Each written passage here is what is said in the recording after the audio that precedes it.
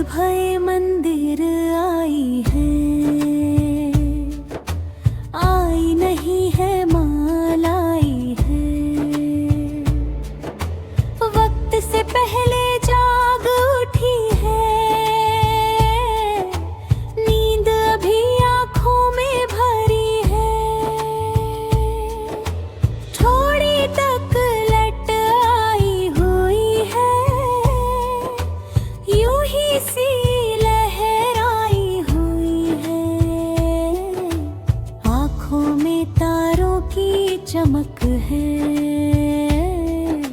मुखड़े पे चांदी की झलक है।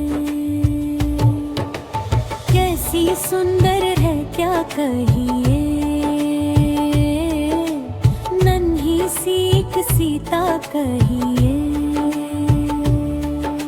धूप चढ़ी तारा चमका है, पत्थर पर एक फूल खिला है।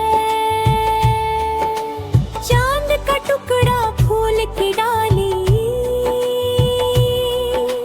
कम सी न सीधी भोली भाली। हाथ में पीतल की थाली है, कान में चांदी की बाली है। दिल में लेकिन ध्यान नहीं है,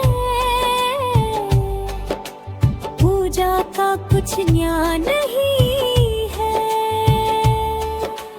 कैसी भोली छत देख रही है, माँ बढ़कर चुटकी लेती है।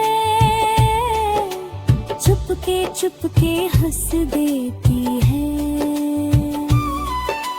हंसना रोना उसका मजहब।